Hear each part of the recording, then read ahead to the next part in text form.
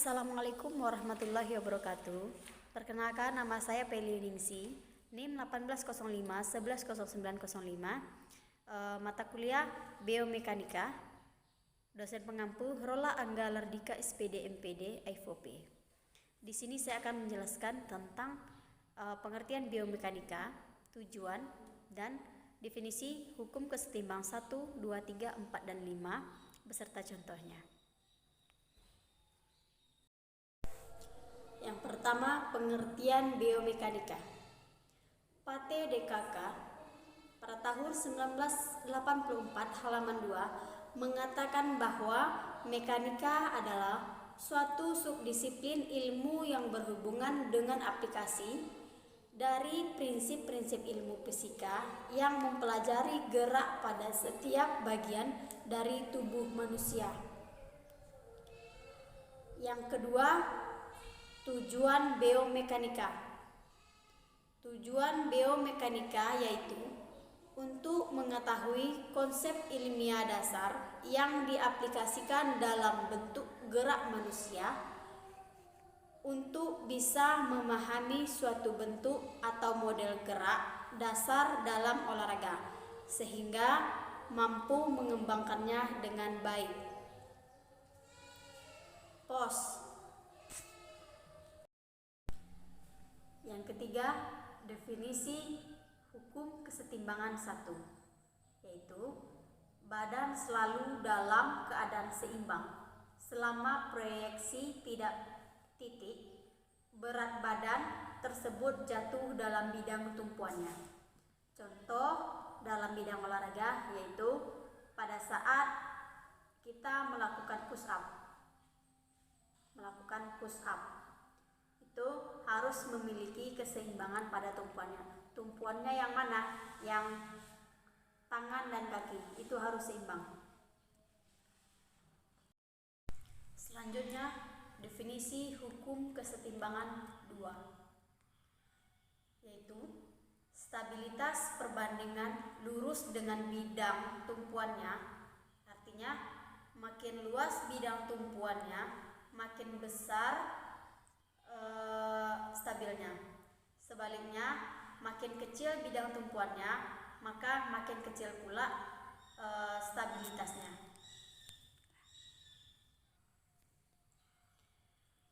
Selanjutnya, definisi hukum kesetimbangan 3, yaitu stabilitas berbanding luas dengan berat benda atau badan.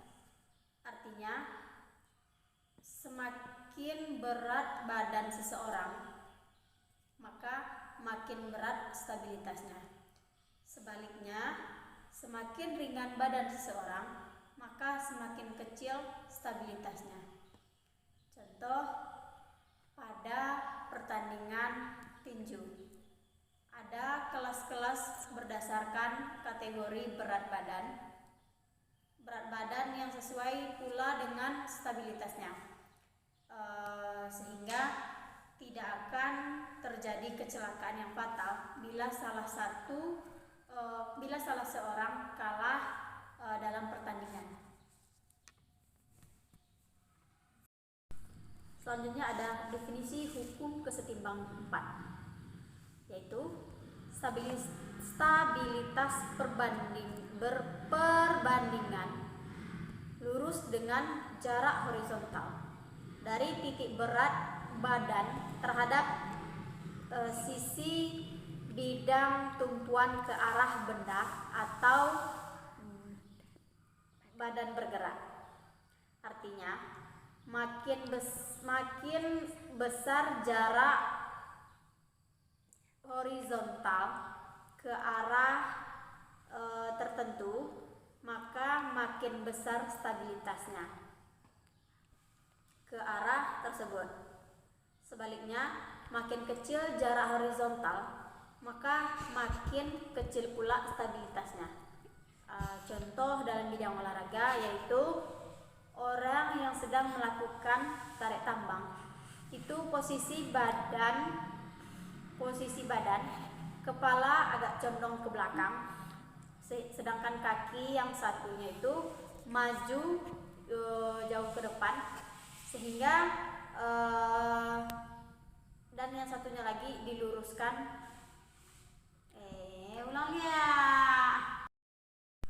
Contoh hukum kesetimbangan 4 dalam bidang olahraga, yaitu orang yang sedang melakukan tarik tambang itu posisi badan kepala condong ke belakang, sedangkan kaki yang satunya itu diluruskan jauh ke depan, sehingga titik berat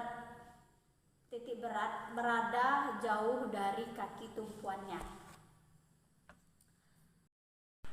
Selanjutnya itu ada definisi hukum kesetimbangan 5, yaitu stabilitas berbanding terbalik dengan jarak vertikal dari titik berat badan terhadap bidang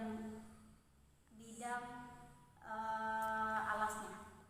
Artinya, makin besar jarak vertikalnya, maka makin kecil stabilitasnya. Sebaliknya, makin kecil jarak vertikalnya, maka makin besar stabilitasnya.